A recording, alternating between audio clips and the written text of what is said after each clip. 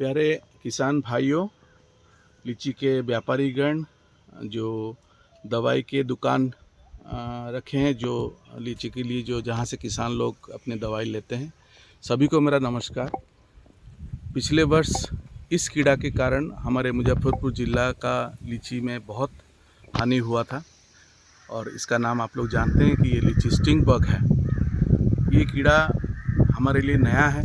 लीची में जो बिहार में इसका प्रकोप 2017 से देखने के लिए मिला है। हालांकि भारत के अन्य लीची ग्रोइंग स्टेट जैसे झारखंड में इसका प्रकोप लगभग 2008 से है और ये ऐसे कीड़ा है कि इसका नियंत्रण अगर हम लोग प्रॉपरली नहीं करेंगे तो आगे भी हमारा लीची को जो खतरा है वो बढ़ता रहेगा।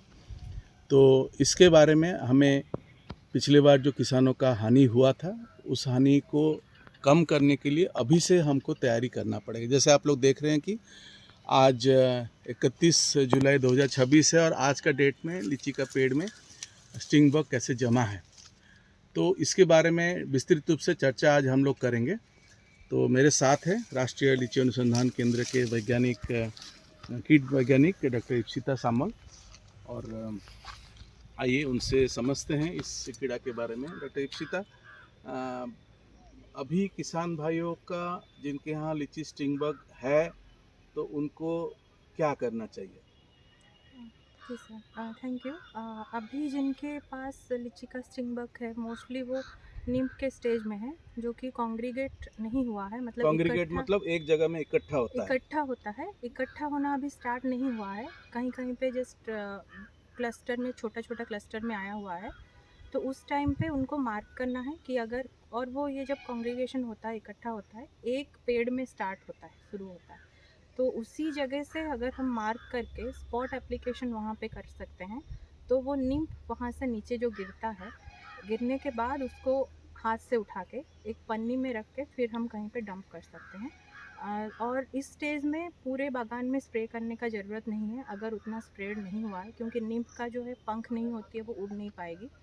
तो इस स्टेज में पर्टिकुलरली अगर हम 3 कॉम्बिनेशन ऑफ इंसेक्टिसाइड्स बताएंगे, जो कि अलग अलग स्टेज में आप स्प्रे कर सकते हैं। इस स्टेज में अगर करेंगे तो पर्टिकुलरली स्पॉट एप्लीकेशन की हम सलाह देते हैं। तो ये स्टेज में जैसे मैं समझ पा रहा हूँ कि इस समय में जो स्टिंग बग का कीड़ा है वो कुछ सिलेक्टेड चुनिंदा पौधा के पास जमा होता है। किसान भाइयों को अपने बगीचे में घूम के उन पौधा को आइडेंटिफाई करना पड़ेगा जहाँ पे अभी जमा है।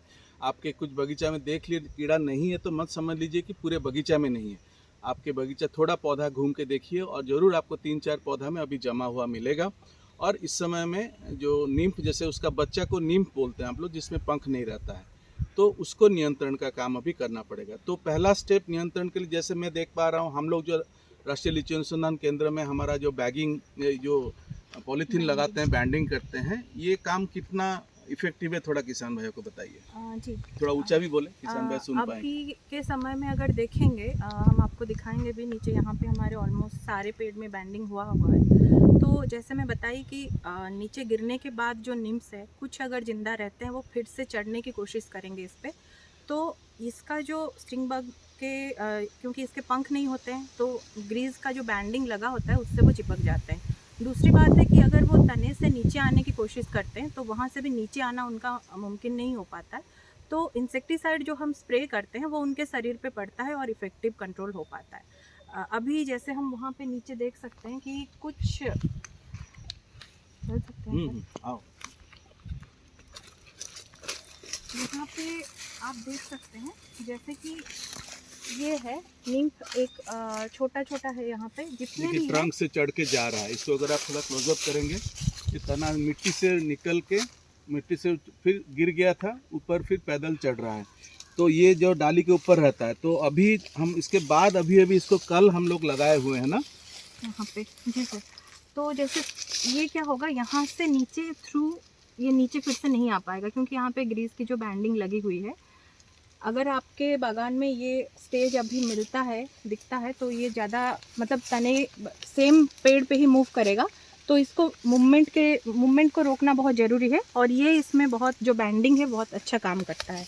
ओके, तो पहला स्टेज है कि अभी ज़रूर किसान लोग इसमें बैंडिंग कर लें। दूसरा स्टेप क्या है, किसान लोग अभी क्या चीज़ का स्प्रे करें, कौन सा दवाई का स्प्रे करें? अभी सर 3 कॉम्बिनेशन है। जैसे कि ये स्टिंग बग बहुत ही सख्त कीड़ा है, ये एक सिंगल दवाई से इफेक्टिवली कंट्रोल नहीं होता है। तो हमारा जो सोर्स से मिला है कि उसमें लैम्बडा साइक्लोथ्रिन के साथ हम थियाक्लोपिड कर सकते हैं, और लैम्बडा साइक्लोथ्रिन के साथ आप फिप्रोनिल भी कर सकते हैं। नहीं तो बीटा साइक्लोथ्रिन के साथ इमिडाक्लोपिड का एक कॉम्बिनेशन प्रोडक्ट ही आता है, उसको भी कर सकते हैं। बट पहला जो 2 मैं बताई हूँ वो इंडिविजुअली अलग अलग नाम से मिलता है। जैसे कि कराटे हो गया, लैम्बडा साइक्लोथ्रिन जो मिलता है, और अलांटो के नाम से थियाक्लोपिड मिलता है। तो ये 2 आप मिला के कर सकते हैं, नहीं तो फिप्रोनिल जैसे रीजेंट के नाम से मिलती है। नहीं तो जो बीटा साइक्लोथ्रिन प्लस इमिडाक्लोपिड है वो सोलोमन के नाम से मिलती है, उसको भी कर सकते हैं। पर अभी के स्टेज में क्योंकि ज़्यादा इन्फेस्टेशन नहीं रहता है, तो पहला मैं 2 कॉम्बिनेशन सजेस्ट करूँगी। या तो आप अगर कम है, एक पेड़ में कर रहे हैं, सिंगल लैम्बडा साइक्लोथ्रिन आप 1.5 ml प्रति लीटर पानी में भी कर सकते हैं, उससे वो इफेक्टिवली कंट्रोल हो पाएगा। ओके। तो उसके बाद क्या स्प्रे करना है, मतलब नेक्स्ट स्प्रे कर, अभी तो एक पहला स्प्रे किसान लोग कर लेंगे, जैसे अगस्त के 15 तारीख तक ये काम को ख़त्म कर लें। जी। नेक्स्ट स्प्रे किसानों को कब करना है? नेक्स्ट स्प्रे जैसे कि अक्टूबर नवंबर के टाइम पे जब डॉर्मेंसी पीरियड रहता है, उस टाइम एक पॉपुलेशन आती है, तो उस टाइम पे भी एक स्प्रे कर सकते हैं। उस टाइम भी ऐसे स्पॉट एप्लीकेशन नहीं कर सकते हैं। बट अभी क्या होता है, जो एग मिलेगा आपको मोस्टली वो पैरासिटाइज रहता है, तो ऑटोमेटिक एक कंट्रोल हो जाता है इकोसिस्टम में। बट नवंबर में जो पॉपुलेशन आती है उसमें पैरासिटाइजेशन नहीं रहता है। उस टाइम मेन आपको फोकस करना है कि एग के मासेस कहाँ कहाँ पे है, और जहाँ पे आपके रीच में है, हाथ पहुँच पा रहा है, अंडे को आप तोड़ के अगर फेंक सकते हैं, अगर अंडा पत्तियों में रहता है। पत्तियों में रहता है, तो उस टाइम पे आप उसको एग मासेस को डिस्ट्रॉय कर सकते हैं। सेम स्पॉट एप्लीकेशन आप उस टाइम भी मतलब कर सकते हैं। उस टाइम भी मास में स्प्रे करने का जरूरत नहीं उसी ये तीनों में से कोई भी जी, कॉम्बिनेशन में कोई कर भी सकते हैं। कॉम्बिनेशन। तीसरा स्प्रे कब करना है? तीसरा स्प्रे सर फ्लावरिंग, फूल खिलने से पहले करना है। मतलब फरवरी के महीने में जी सर, तब उसको कर लेना है। जी। देन और स्टिंग बग का स्प्रे कब होगा? क्लोव स्टेज में करना है, जब लौंग के आकार लौंग के का फल आकार के रहता जब है, फल रहता है। और दवाई को अलग अलग दवाई का स्प्रे कर लौंग, अलग अलग दवाई रोटेशन में करना है। लौंग के ये चारों में से कोई भी कॉम्बिनेशन डाल कोई- सकते हैं। जी सर। ओके।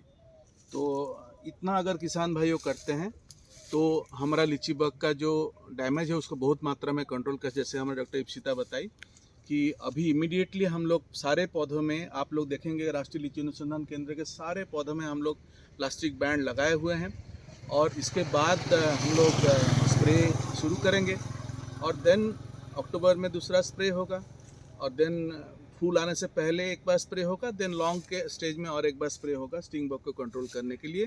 और एक चीज़ बहुत जो इम्पोर्टेंट चीज़ बताया, क्योंकि कीड़ा हमेशा मरता नहीं है, गिरा हुआ मिलेगा लेकिन वो बेहोश मिलता है, तो ज़रूर उसमें ये देखा गया है कि हम 1 एकड़ में एक लेबर काफ़ी होता है। एक मिट्टी से गिरा हुआ कीड़ों को हाथ में एक पॉलीथीन का ग्लोब्स पकड़ के उन कीड़ों को एक पॉलीथीन में डाल देंगे और पॉलीथीन का मुंह भर लेंगे, तो एक दिन में कीड़े मर जाते हैं। तो ये उपाय को किसान भाइयों करें। इस बार हम सबको इकट्ठा लड़ना है स्टिंग बग के लिए।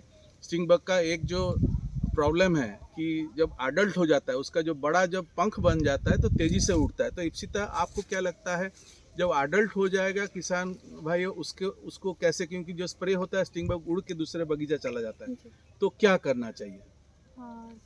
सर मोस्टली निम्फल स्टेज में जब एग्रीगेशन स्टार्ट होता है उसके बाद में वो एडल्ट बनना स्टार्ट होता है। तो अगर निम्फ में प्रिवेंट कर लिए होंगे तो एडल्ट उतना बन नहीं पाती है। फिर भी अगर एडल्ट बन गया है, मतलब नज़र में नहीं आया है सर्वे के थ्रू, तो जब वो स्प्रे करते हैं पूरे बागान में स्प्रे करेंगे, और कम्युनिटी बेस में स्प्रे करने का ज़रूरी है। सटा हुआ जो बागान है, दूसरा बागान है, उनके यहाँ नहीं भी आया हो, फिर भी उनको कन्विंस करके ये समझ के कि मेरे यहाँ भी बाद में आ सकता है क्योंकि अभी स्प्रे नहीं हुआ है, तो कम्युनिटी बेस में एक साथ सारे पूरे जितना लीची का बागान है वहाँ पे स्प्रे बहुत करना बहुत इम्पोर्टेंट चीज़ बताया कि ये हम सब मिलेंगे तभी ये कीड़ा को हम लोग उसको हरा पाएंगे। तो गांव में ज़रूर इसके बारे में अभी से चर्चा शुरू करें। जो बगीचा देखभाल भी नहीं करते हैं, काइंडली आपके पड़ोस में कोई बगीचा है जिनका ओनर अगर बाहर रहते हैं, उनको बोल के रखें वो स्प्रे करें, नहीं तो उनको आप कम से कम उनका परमिशन ले लें, ताकि जब लीची स्टिंग बग के लिए हम लोग एडल्ट, एक तो कोशिश करें कि बच्चा से ही उसको मारे, और दूसरा जब एडल्ट हो जाएगा हम लोग गांव में सब लोग मिलके जब स्प्रे करेंगे तभी जाके लीची स्टिंग बग का जो प्रकोप है वो कम हो पाएगा। तो मैं सबको ये विश्वास रखता हूँ कि सब लोग मिलजुल के लीची स्टिंग बग को हम लोग जो लड़ाई है इस बार अच्छी तरह से लड़ाई करेंगे और इस कीड़ा को हम लोग ख़त्म कर पाएंगे।